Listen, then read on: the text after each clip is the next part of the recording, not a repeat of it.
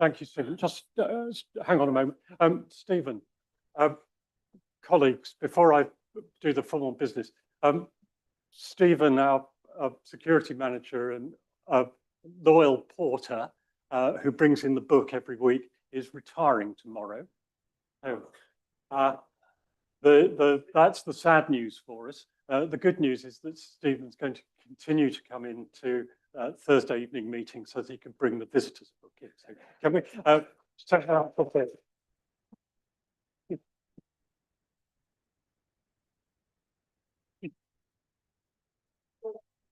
Thank you, Stephen.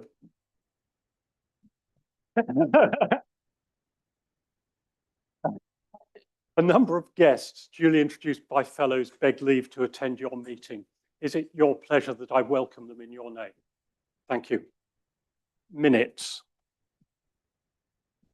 Ordinary meeting, Thursday, the 11th of December, 2025, Burlington House and online.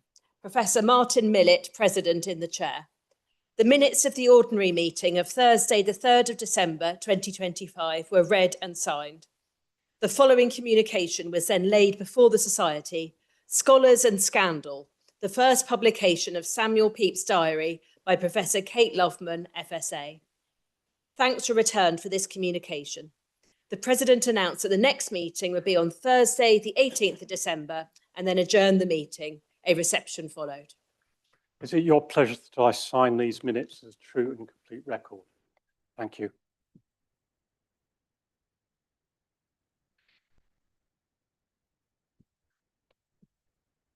Admissions. The following being in attendance and having signed the obligation required by the statutes, desire to be admitted as a fellow. Michelle Johansson.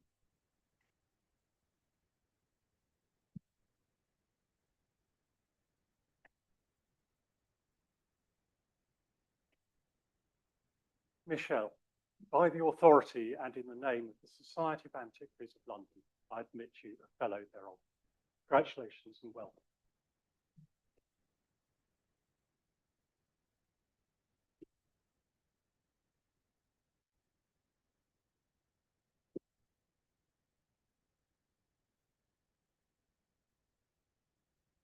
We now come to the main business of this evening's meeting, which is to hear Miscellany papers. We have two papers this evening. What I will do is I will introduce the first one, we'll hear that, and then I'll introduce the second so that everyone knows who they're hearing. I don't suppose they'll get confused, but there we are. I might. Our first speaker is Farrell Monaco, who's an award-winning Roman archaeologist, a baker, and a writer whose research concerns bread and pastry in the Roman Mediterranean. She holds a BA and an MA from the University of Leicester and is currently a PhD candidate there and also an honorary visiting fellow. She writes regularly on the role of bread and food preparation in the Roman ancient world, has a website and has a number of publications on that. She's distinguished as having won the Society for Promotion of Roman Studies MA Dissertation Award in 2024 for her work on Libum. Her paper this evening is Out of the Patera into the Fire, Libum in the Roman Archaeological Record. Welcome, Farrell.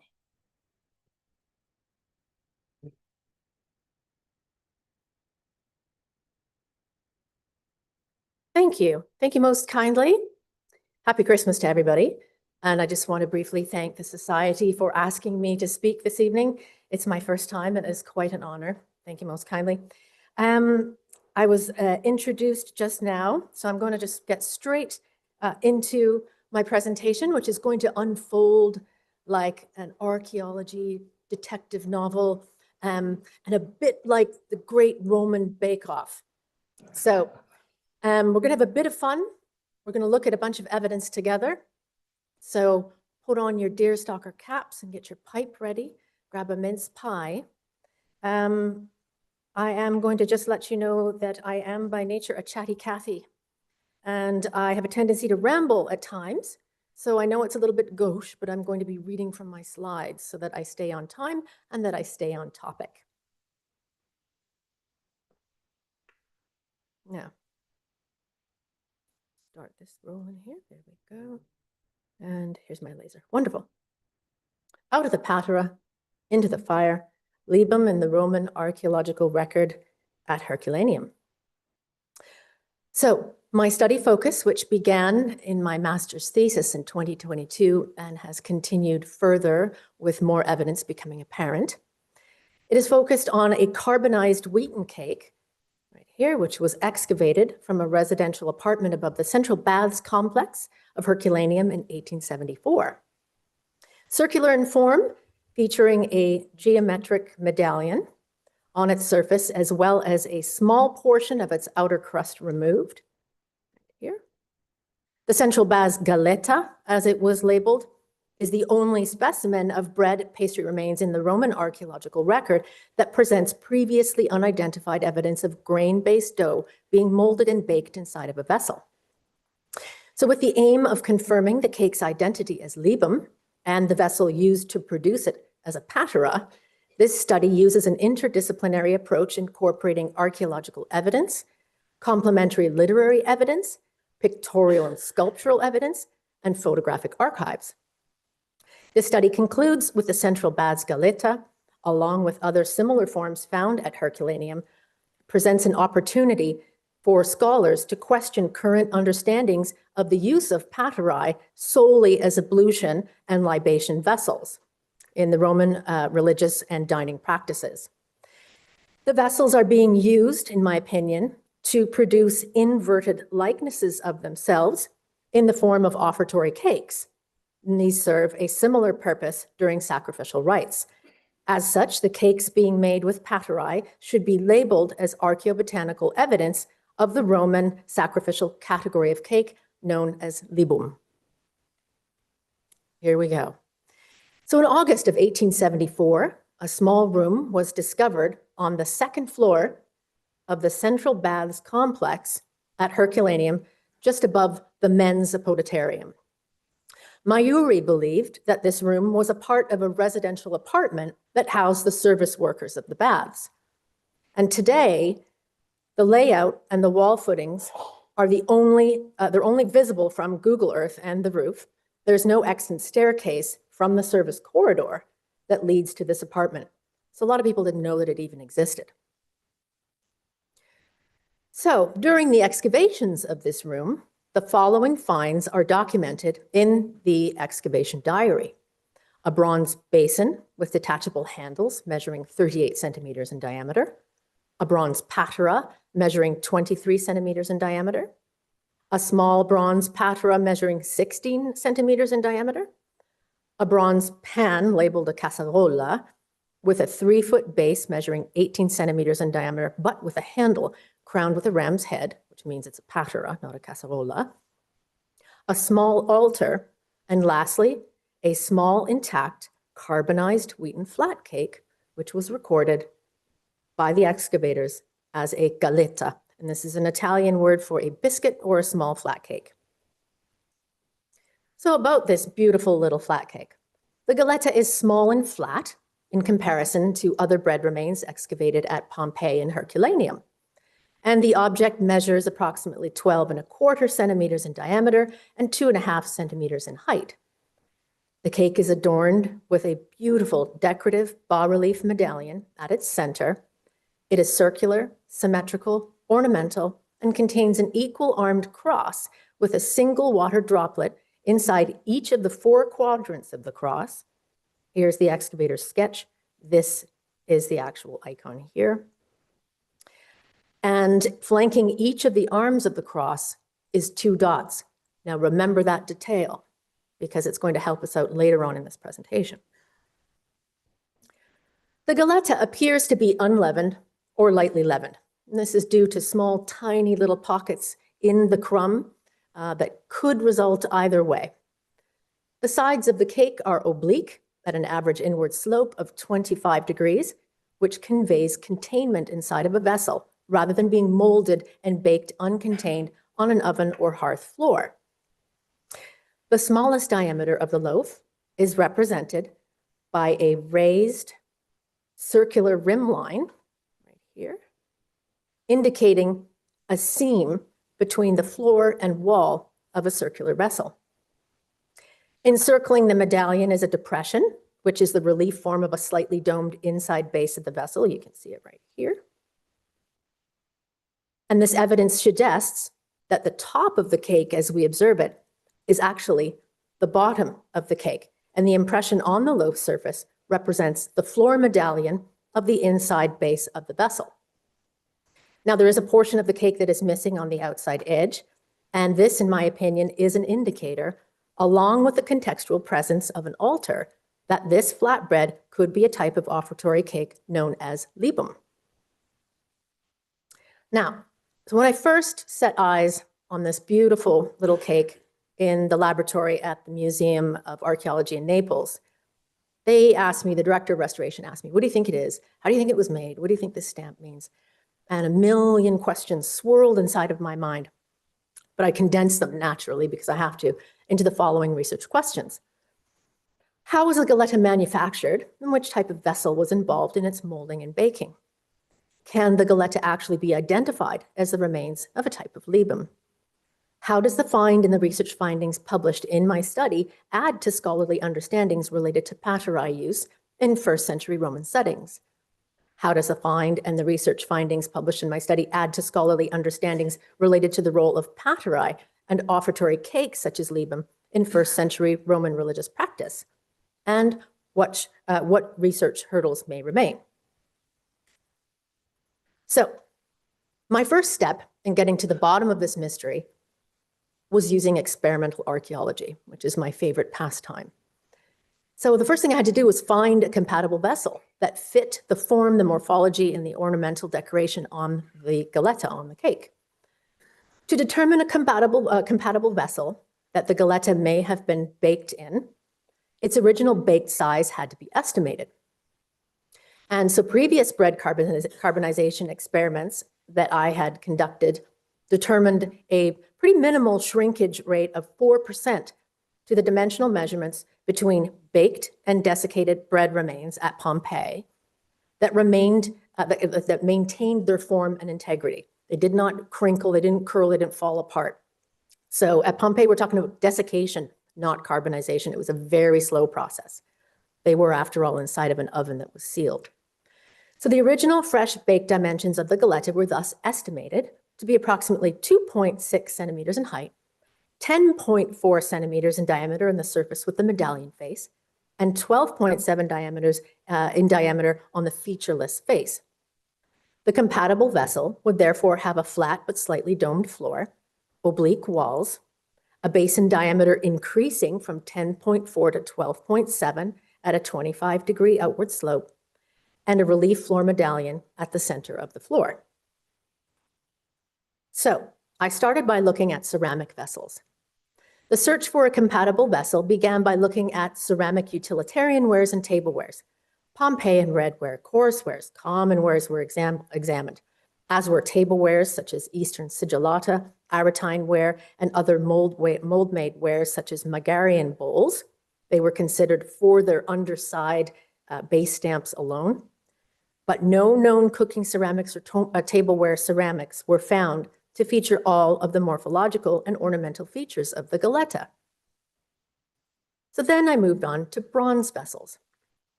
Looking at Tassinari's bronze vessel typologies of Pompeian provenance only, it demonstrated that the vessel forms that possess a decorative element in the form of a medallion are only among two groups, the H groups, paterae, or the S groups, basins. Now, the S group are a larger typology with diameter measurements that are consistently larger than paterae. These vessels do not feature flat floors, and they do not have a seam. They're constantly with convex walls. Among paterae, the H2100 and H2322 patera subtypologies are close candidates that align with the form of a galetta. However, H2100 vessels do not have oblique walls and are too large, measuring 24 centimeters in diameter. And H2322 vessels do not have oblique walls and are too large, ranging in 23.7 to 25.8 centimeters in diameter. So I hit a brick wall. but not so fast. If it's not in collections, or it's not in modern scholarship, there's still other obscure sources of evidence that may provide inroads. So as Tassinari's typologies with respect to paterae are all recorded as having convex walls, stepping outside of her typologies, we begin to see that some paterae don't have convex walls. Some of these vessels feature oblique walls. Now, in the mid-18th century, Italian archaeologist and artist Giovanni Battista Piranesi recorded such a specimen. He etched a drawing of paterae that were excavated from Pompeii over a century prior to the central bath stanzetta being investigated by Fiorelli. In the etching, Piranesi depicts a patera that features a seamed floor, oblique walls, a floor medallion with a geometric starburst pattern on it, and raised concentric rings surrounding the medallion that could produce a domed impression if something were baked inside of it. We have another specimen, a patera with oblique walls and a seamed floor and a zoomorphic handle and a floor medallion, which was photographed by Giorgio Somme in 1890 while recording the Pompeian paterae collections at the Museum of Archaeology in Naples. Now, if we were forced to categorize this vessel under a Tassinari typology, it would fall under the H2300 subtypologies, but would have to be a distinct variation due to the oblique walls. This photographed vessel here has a dramatically flared rim. The diameter of the outer rim here is 20% wider than the diameter of the ledge, which is the mouth of the vessel.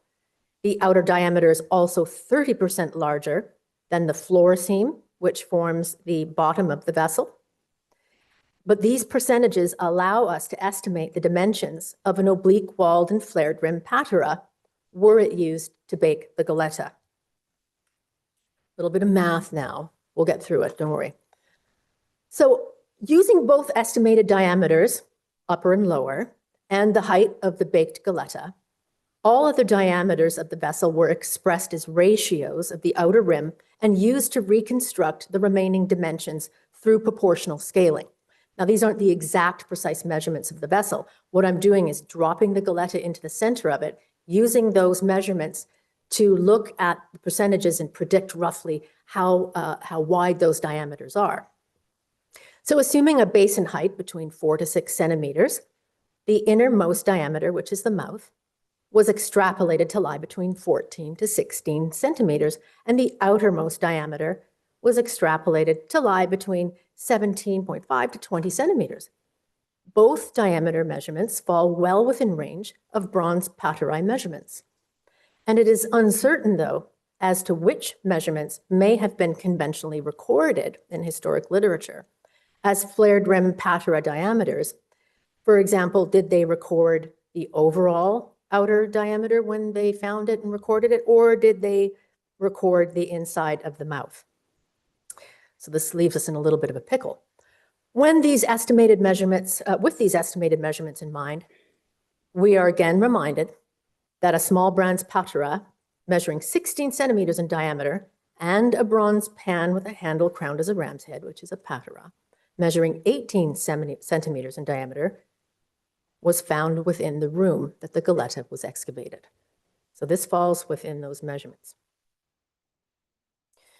Now, following the research that I completed on the goletta for my master's in 2022, further evidence emerged, and I was completely elated. I couldn't believe that they had actually released more of these cakes.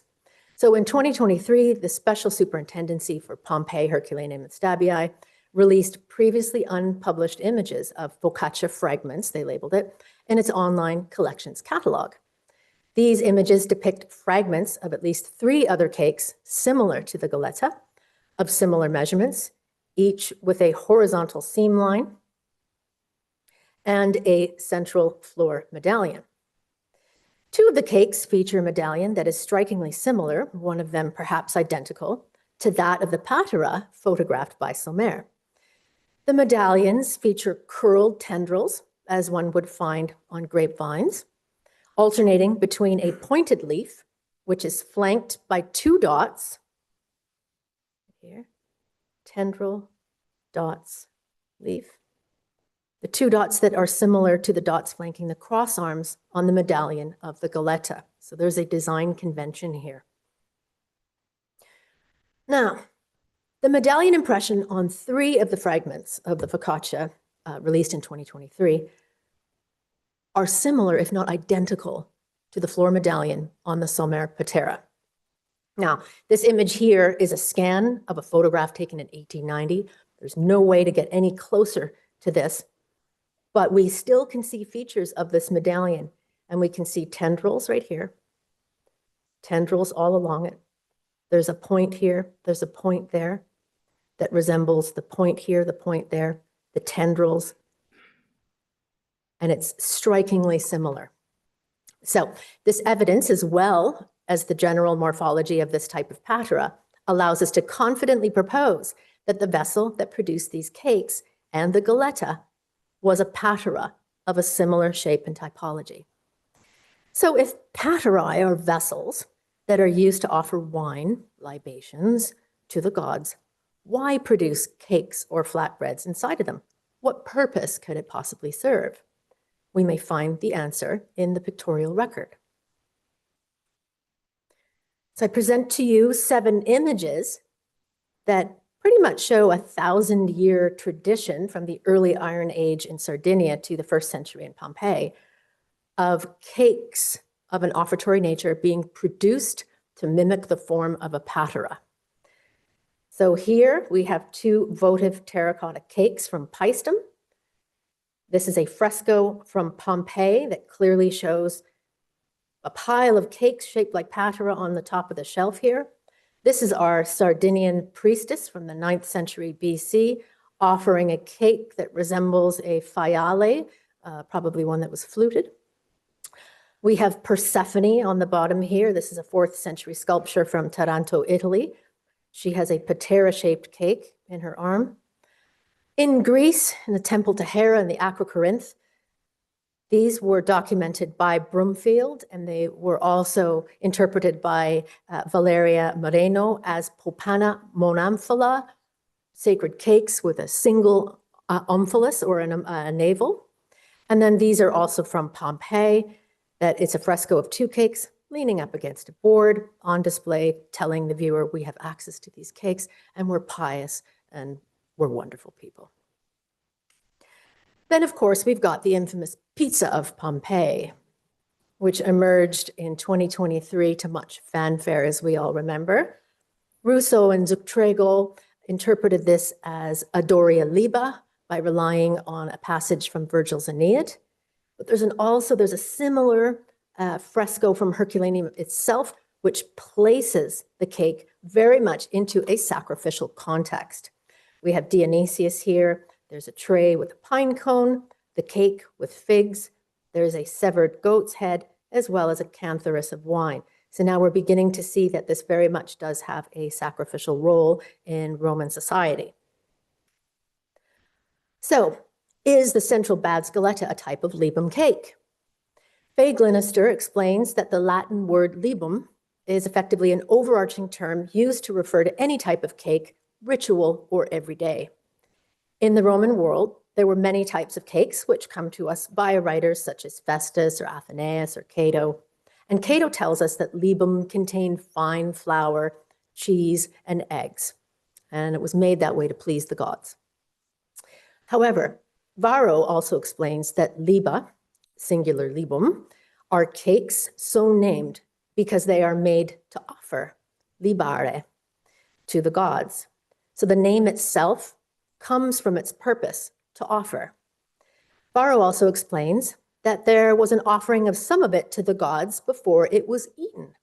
So we may have evidence of this portioned offering on the Goletta itself, given that a piece of its side appears to have been pinched off. Gratius describes the process of wine, liba, and a goat being offered in a sacrificial rite, which combines the blood and bloodless sacrifice traditions.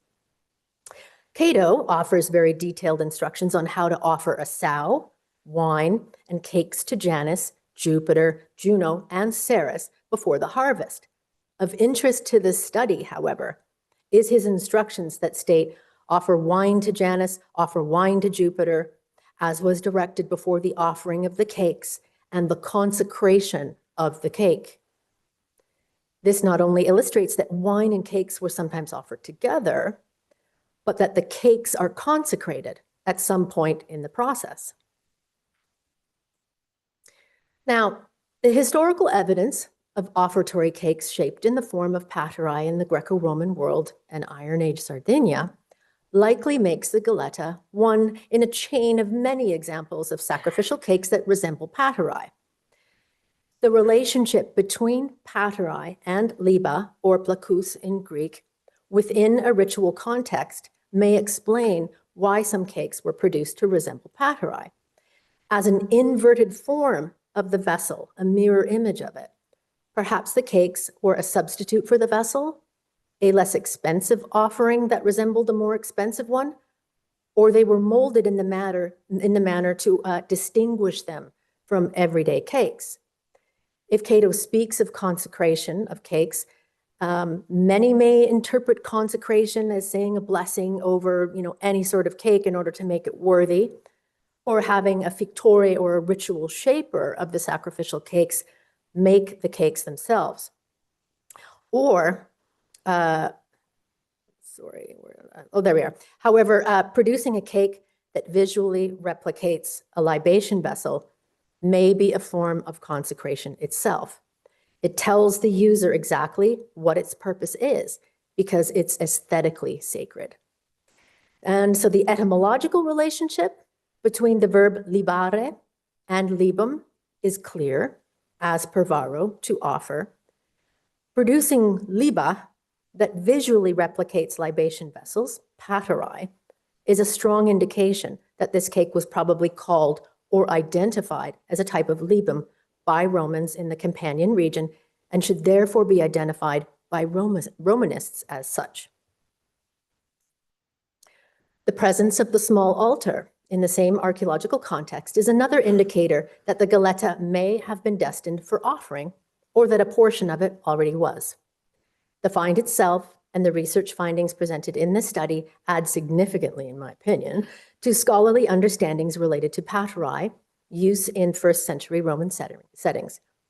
It allows us to consider the vessel within culinary contexts, not just ablution and libation, and further demonstrates the versatility and creativity of Roman baking.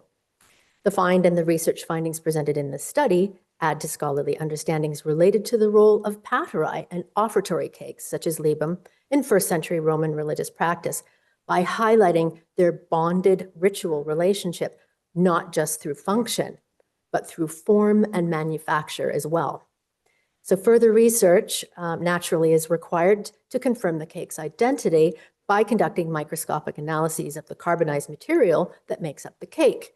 These steps will confirm if there are dairy fats or egg within the crumb of the cake, and if the laboratories at the Man or Herculaneum decide to undertake this process, and it comes out that there actually is dairy fats or egg in the crumb, you all owe me a crate of minced tarts.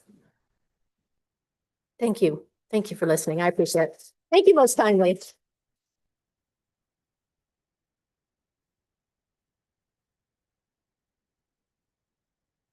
Thank you, Farrell. We'll move on to the second of our talks.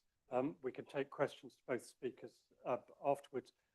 Our second speaker is our fellow Marc Meltonville, who works as a consultant food and drink historian, researching and lecturing on diverse subjects related to food and drink. He is currently a research fellow at the Cultural Heritage Department at the Royal Agricultural University, Gloucestershire, at lectures for the Royal Collection Trust here in London. He's currently working at a food cult project based at Trinity College, Dublin, continuing to research and use a recreated Tudor brewery.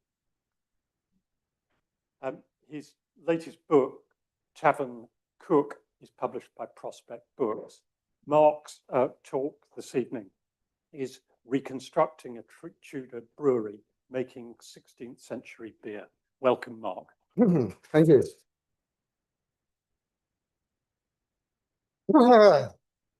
Right, you've had bread, now you get beer. It's a good thing to follow on. I've been told that this microphone is very directional, so I mustn't dance, which is my usual way of lecturing. And I have to be brief because I'm the only thing between you and mulled wine. So I realise whet your appetite. Like any of these short talks, all I can do tonight is give you an overview of a project we're working on. And if you like what you hear, you can always ask us back and we'll do the full version. So I called it Beer and Roses because it sounds quite fun. I'm still working on that one. As you heard, I've been working with a project called Food Cult. Food Cult is based at Trinity Dublin. It is a 5-university project and phase 1 is technically over. It was a 5-year grant. It ran out in June. We managed to squeeze an extra year because of COVID, but now money there is none. So phases 1 and 2 are done, and my lead professor is writing applications at the moment. So hopefully this is an overview of what we might be able to do if someone gives us the next bag of cash. Food Cult is Irish-based, but it does actually look even further afield, and it is basically a nutritional study, looking at nutrition in the past, specifically Ireland in the 16th century in this case. The book, which will come out in a couple of years, is massively thick and my bit of it is tiny. It's all about archaeology, residue analysis, archaeobotanical record, bone isotopes, all that sort of thing. And I had nothing to do with the early part of this study until someone came along to me from Trinity and said, can we make some Tudor beer? Why, you might ask, apart from it's going to be really cool and fun to do, but that's not good enough. The reason was they were looking for an ingredient that they wanted to study so that they could take it back to the lab and look at the nutritional values of one of the food groups of the 16th century and most of the centuries of human history, and that is beer. And it was presumed we might be able to do beer because unlike animals and a lot of vegetables, very little has changed. So we're on a reasonable grounding and the evidence is quite good. So it's quite possible. When I was rounded on with this one, can you make some Tudor beer? I went, well, we're going to need some evidence. What do you mean? Well, luckily, they were basing a lot of their studies around Dublin Castle, and Dublin Castle has extensive records, and one of the things it recorded is what came out of the brewery each week. So they knew exactly what they were making, right down to the fact that the recipe we decided to study wasn't just from the 16th century or from 1574, it's from the 2nd of May. We know exactly when this was brewed. There are lots and lots of different days of brewing, and we basically took an average of what was going on. A question I get a lot is, why on earth are you doing it instead of an Irish person? And that's because Dublin Castle was British at that time, manned by the British soldiers. In fact, we're pretty sure the brewers were British, and the equipment was coming out from both the South Coast, Portsmouth, ordered in London and coming out of Bristol. So using a British equipment was on the right tracks, because this is basically Army or Navy beer. So we knew what we want to make. Anybody tell you how to make it? Well, that wasn't that difficult. This one's within a couple of years. Harrison's Description of England is a very famous book. It's extremely fun to read as he goes round all the things that goes on. I wouldn't suggest you try and read it all there, but he takes some time out to tell us how his wife brewed. That's very nice of him, isn't it? And it goes through the process. There's also a very good treatise by John Keyes of Keyes College, Cambridge. He writes a medicinal book and takes apart the manufacture of a lot of foods and does an entire chapter on the difference between beer and ale. And because he's not a brewer, messes up most of it. Actually, when you unpick it, you realize he really doesn't know what he's talking about, but there's a lot of interesting evidence in there. So you can go through both for the centuries before, the 16th century, and little bits later, all sorts of bits of information about what you're going to do. So we thought, okay, that's quite a nice idea. So we know what we want to do. And I'm quite keen on the idea of building a Tudor brewery, because that's the way my projects have always worked. If I'm going to test something, I want it to be tested in the equipment of the time. Otherwise, I end up proving that a 16th century brewer giving a huge stainless steel tank could make beer. Well, that's not very interesting. Anyone can. Someone from Stonehenge giving our equipment could make anything that we do. That's not the point. But before you go into your equipment, as I've worked on many, many different foodstuffs, you have to step back and consider your ingredients. Were we going to be able to do this, or did we have to give up? And something when you're working with ingredients, especially for drinks, everyone forgets. Consider your water. The water is very important and gets overlooked in all sorts of reconstruction projects. Luckily, we had some students at Trinity which were sent down into the aquifers under Dublin Castle. I'm not going down there. And brought us back samples of the water. Those samples were analysed, and I had 3 different sites in Britain that I wanted or hoped to use, and we chose whichever one matched that water very closely.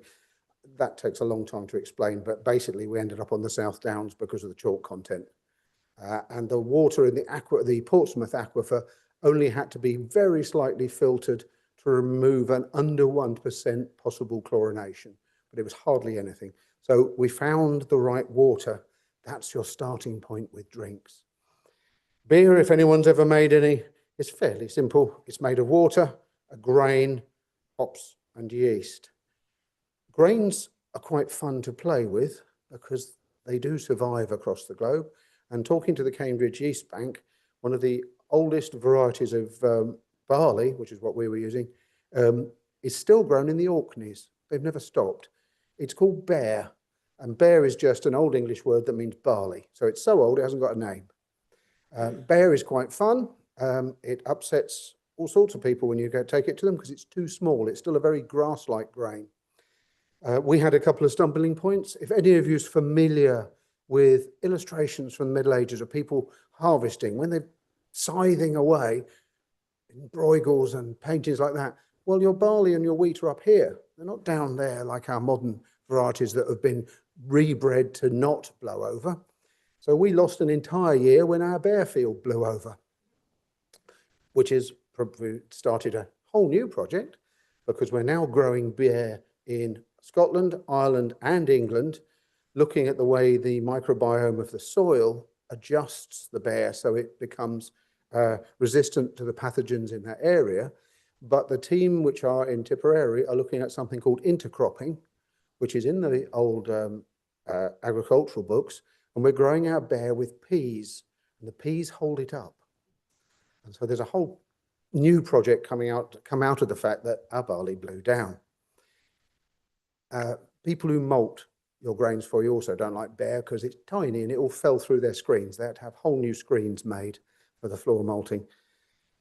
Down in Kent, there's Britain's Hop Research Centre. You don't need to know about it very much. But there they had 5 plants left of something called a Tolhurst. Tolhurst just happens to be a 19th century botanist. It's his name. We don't know what its old name is. It's probably hops. And this strain genetically matches the first Flemish hops coming into Britain. There are English wild hops. They get mentioned in Anglo-Saxon literature, but they just don't like them very much. These are the first hops that seem to be grown in Kent for the newfangled beer production. So that's not too bad. We've got some water.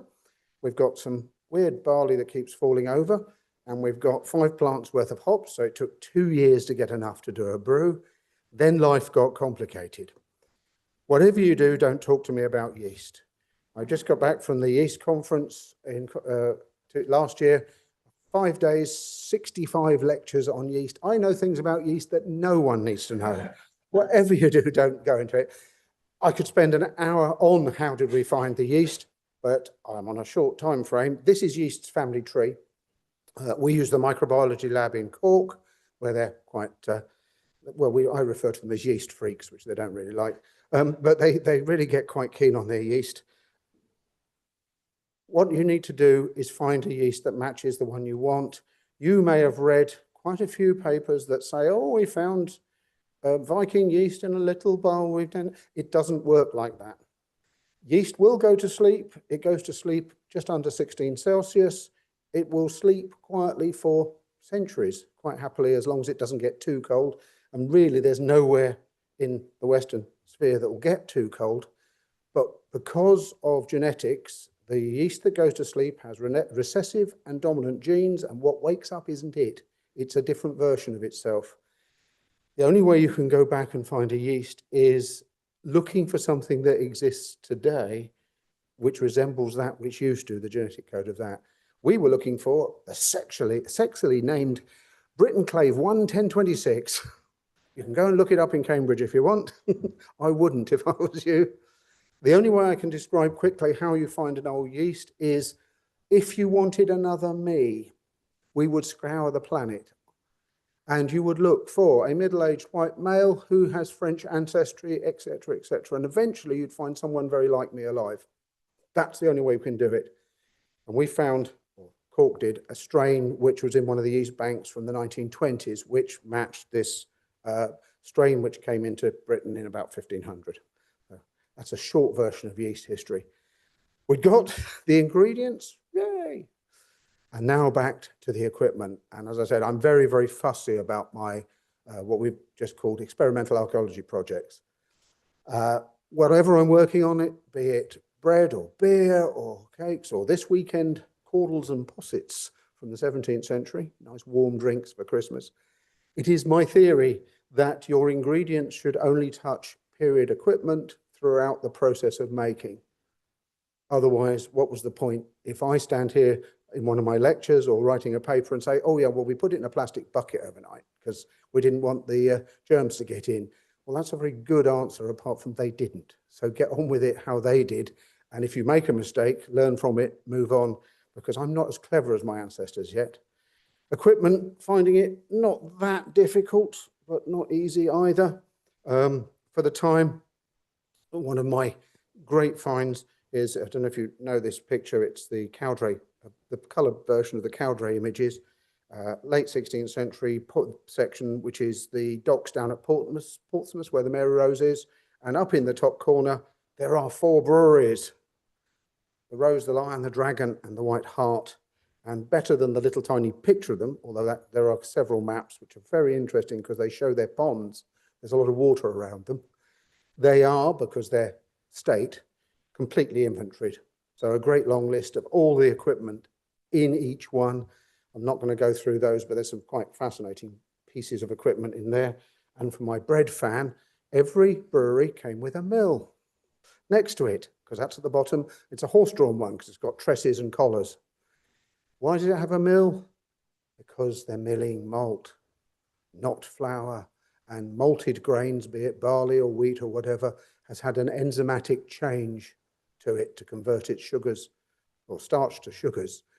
And if you put that anywhere near a flour mill, it will convert all the flour in there and your bread won't rise. So you must keep malt mills and bread mills completely separate, or do what we had to do, which was clean some millstones with bleach. Not nice to do. So from all that, and you can ask questions later if you want to know what goes into a brewery, but basically it's an awful lot of buckets.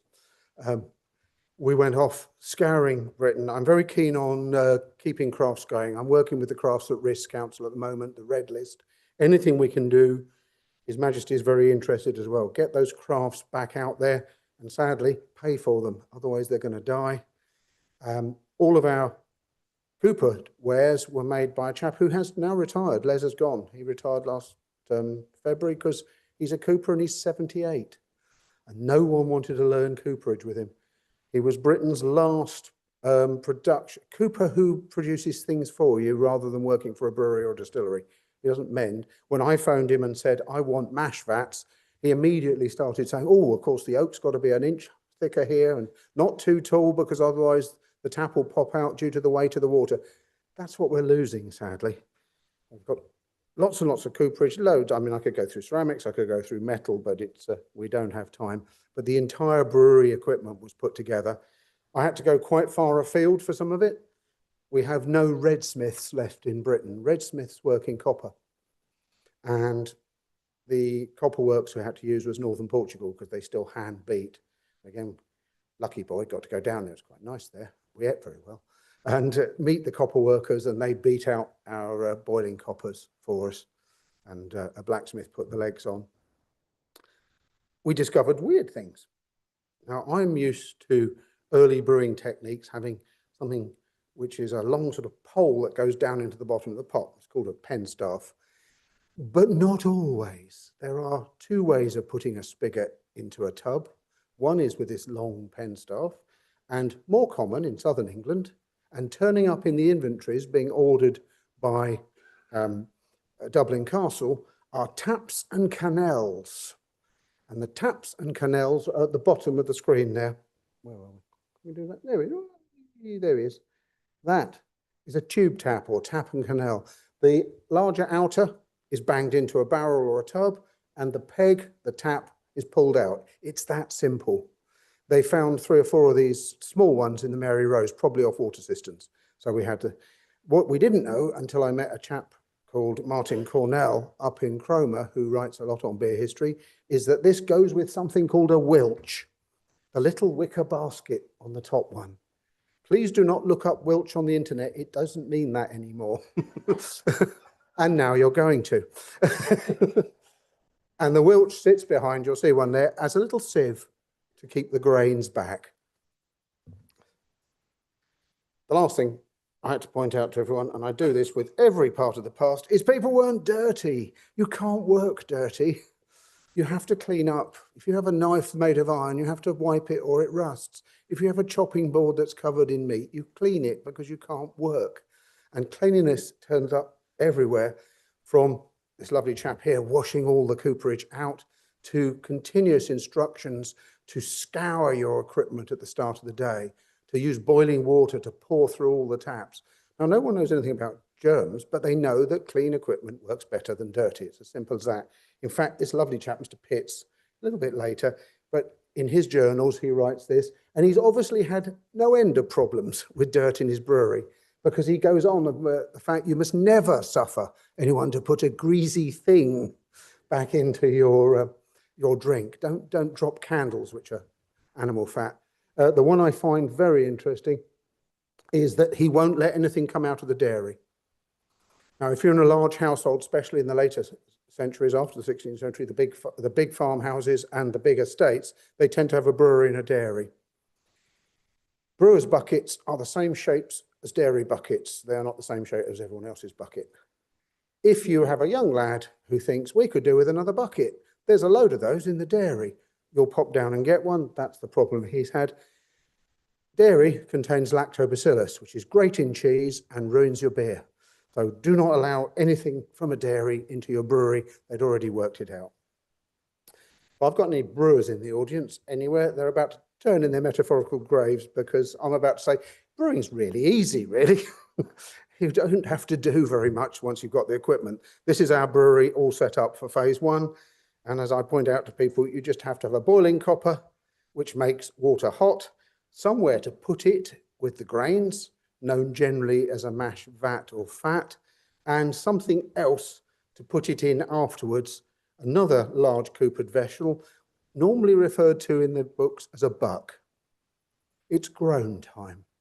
A buck is a large coopered vessel. Americans continued this term as a buckboard on the back of a wagon, because a buck is a wooden thing that you put something into. So these large wooden vessels in the inventories get called bucks. But you might have a small one, which is a bucket. I told you it was a... So to make your Tudor beer, you boil your water to scour your equipment. You only do this on a day when you're just starting again. You don't have to do it every day. You scour your equipment. You cannot put boiling water onto grains. It will cook them. I am a man stood before you who made 75 gallons of porridge one day when we didn't get the temperature right, and it cooks the gluten. Believe me, it is very difficult to hide 75 gallons of porridge around a museum at night, but we managed. How do you get the temperature right? There aren't really any thermometers till the very late 17th century. You can stick your finger in it. That's not very nice. The original descriptions, when they're just looking for hot water, saying, does she bite? So once it gets to, ow, yeah, that bites. That's too hot. I can't do anything about that after that. Well, it's visual clues. The books, and it's repeated many, many times, tells you, you pull the fire, so you take the fire out once you've done your scouring, and it's steaming. And you wait until you can see your face in it. And once you can see your face in it, it's now cool enough to brew. And having done some thermometer experiments, it comes out about the same every time, mid-60s Celsius, about right, it's fine. So all of those clues, we did a paper last year called The Science of Craft, looking at all these little things that are said that give you an idea of a very scientific way of doing something, but in a country way. Before you pour all your water and grains together, remember, stick your Welch in the back, there it is, sat in the back of the tub. Everything that's written about them at the moment says it's a little sieve. I'm beginning to doubt that.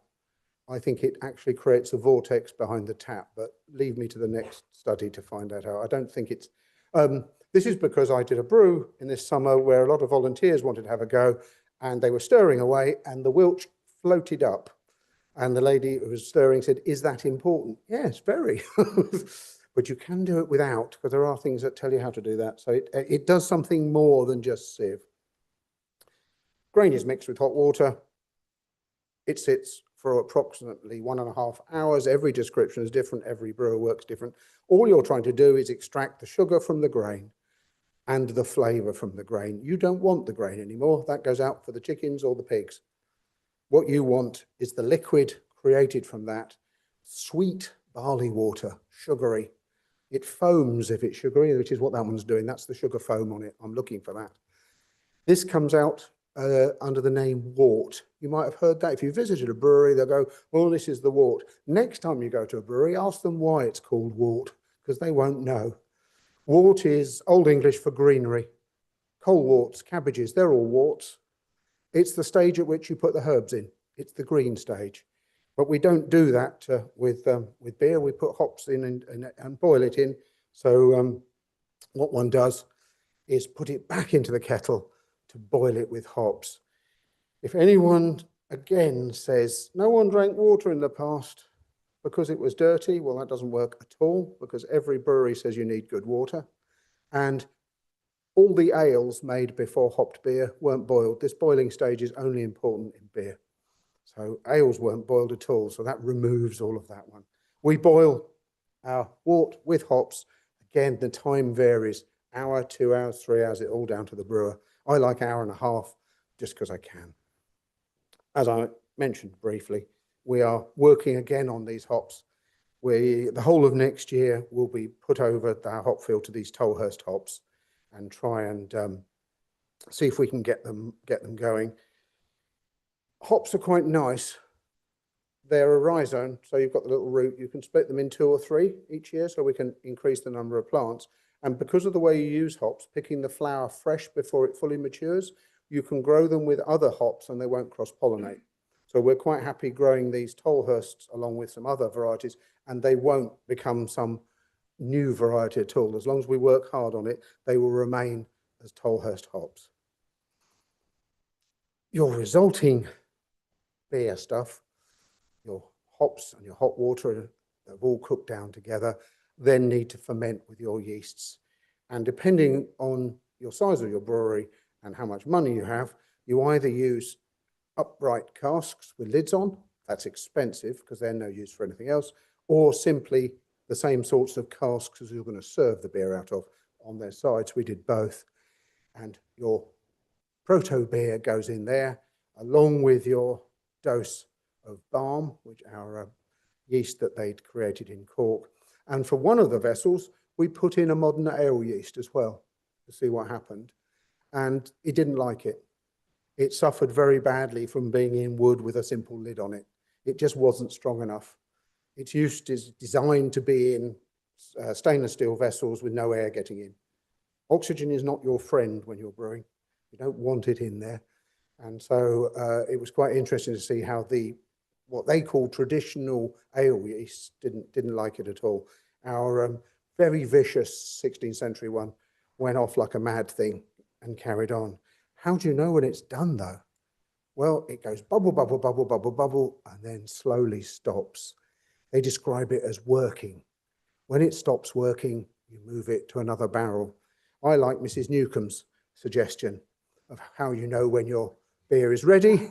She says, let it work and the sweetness goes off because the yeast is eating all that sugar, converting it to alcohol. And basically, when it tastes like beer, it's done. Well done, well done. So going through that process, and from start to finish, about 3 weeks, we were very, very pleased to see that we had got large quantities of what we hoped was Tudor ale or Tudor beer. What was disappointing was it tastes like beer. Because really, it's not very long ago. And it's got the same ingredients and the same process. So we sipped it and thought, well, it tastes like beer, really. It tastes more like the beer which I remember from college, when you used to just go into the Union Bar and get a pint of best. So quite still nut brown ale, not like the modern craft beers, which are very heavily hopped. So it just tasted like good, ordinary beer, which I think is a success at the end of the day. And in case all of this looks like we were running around having far, far too much fun, all the photos are taken one way and never the other. So if you swing the camera around, you get to see the fact that at every stage, every part of the process, this was phase 1, we've now done phase 2 as well, was recorded as we went along, samples frozen. Durham University was one of the partners and has done all of the isotope works. They took samples of water before it was boiled, after it was boiled, to look at the oxygen levels. Every stage of fermentation, every day, samples were taken off it.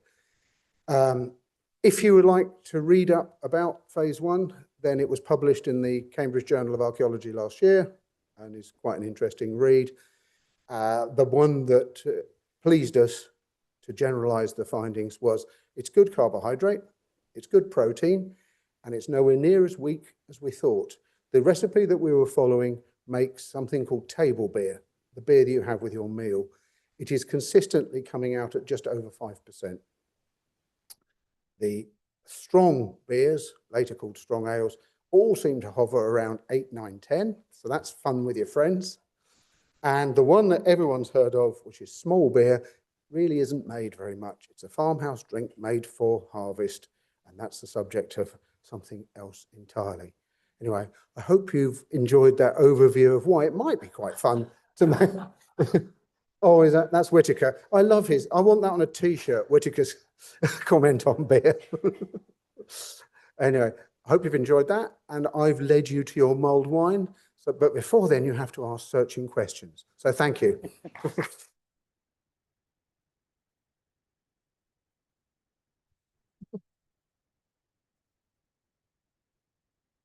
Thank you, Mark. That's right. We've had a pair of really interesting papers that not only entertaining but informative and showing the power of experimental archaeology and observational archaeology in a wonderful way. Can I open the floor for discussion, comments? Any questions or comments? Done, silence. No. If you want to ask a question, put your hand up and Anushka will bring them mic so that people. Question. Ooh, very loud. Question for both of you, really. There were hints in yours, Mark, that it was women brewing the beer at least some of the time. Mm-hmm. And is there any evidence of who is doing the baking or the cooking or the burning of your material? It's a complicated story. Yes, the word brewer is male and the word brewster is female. We just got back from a conference on the tavern where I had to go through this. As you industrialize, so the people doing that industrial process change. While we have ale houses in Britain from the early Middle Ages right up through until probably the 17th century, they tend to be attached to a house and it's almost entirely the women brewing because it's a secondary income. The moment the old beer gets good enough to become a primary income, then the men of the family and the women take over because it's the business and it needs more equipment and it needs more legislation and control. And then once you get into large scale brewing, the cause of the Reformation, because when you shut your monasteries down, you lose all your breweries. So So you start getting large breweries turn up, Henry VIII's ones in where St Catherine's Dock is, they become entirely male. Thanks for that question. In answering it, first of all, we know that Pliny told us that as soon as commercial bakeries emerged in ancient Rome, the work of women became the work of men, right? It's commercial and there's money to be made. However, I will say that Herculaneum, which is my favorite of the two companion sites, it offers up so much more in bread evidence than Pompeii does. There's a public mill in Herculaneum. There's bread evidence and even dough that was wrapped in linen that was found in domestic contexts.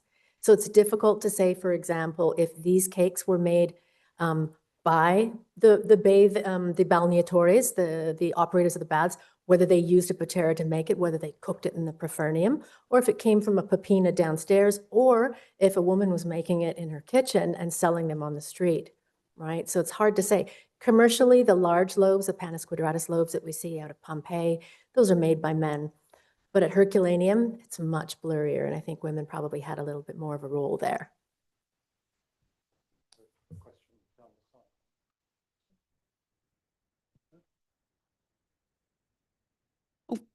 Farrell, I didn't quite grasp whether the Liba were being.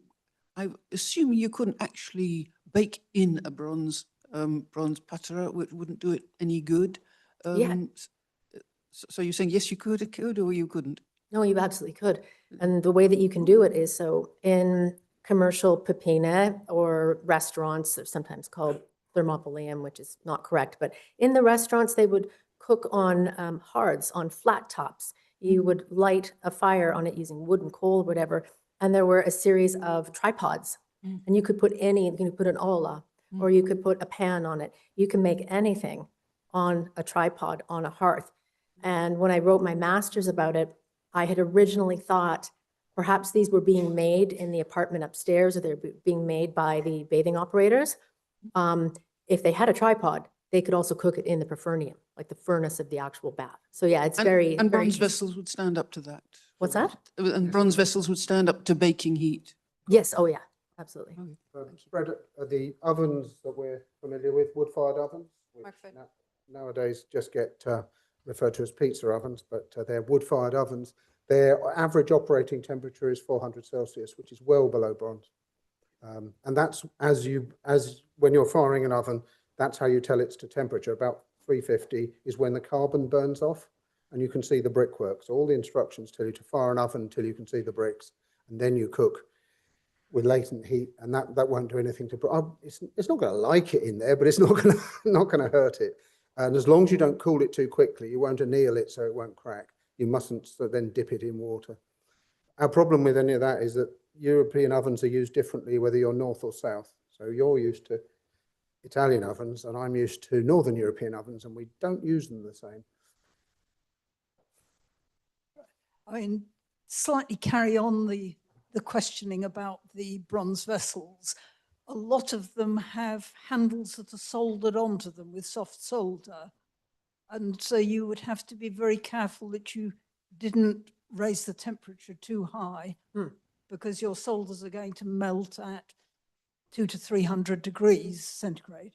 So it depends what temperature you need to cook your pastries or your bread at. Okay. But that could be a problem. It's a brilliant consideration. Thank you for that.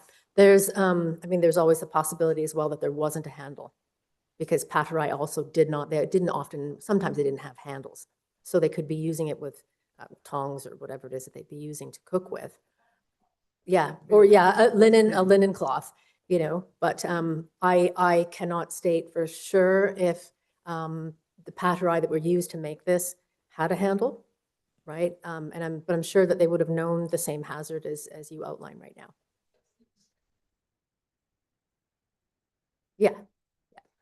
You remove everything from an oven with a peel, so a shovel-shaped piece of wood usually, and that would move pans in and out. I was interested in thinking handles. Don't like that because you don't want to grab the handle. But so saying, if you go into any restaurant kitchen now in London, the first thing to do with the frying pan is pop it in the oven to finish everything. So they are continuously putting handled. You're right about the low melt solder, especially Roman solder, which is quite a high lead. Although with bronze, they're fluxing another type of bronze, so it's a slightly higher heat. But your piece of dough will act as a heat sink in the same way as you can boil water in a leather bag, or Rupert's magic kettle from the 1950s, which was a piece of origami that you put above a Bunsen burner and the paper kettle will boil. So the contents acts as something to lower the temperature. There you go. I think you've whetted our appetite. So can we thank our two speakers again? Yes.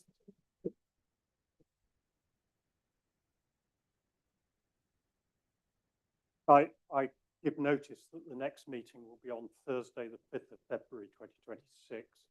Then now follows our Christmas mulled wine reception, for which you need a ticket. If you haven't bought a ticket, have a word with Yola and or one of the other members of staff. Please join us. So, meeting stands adjourned.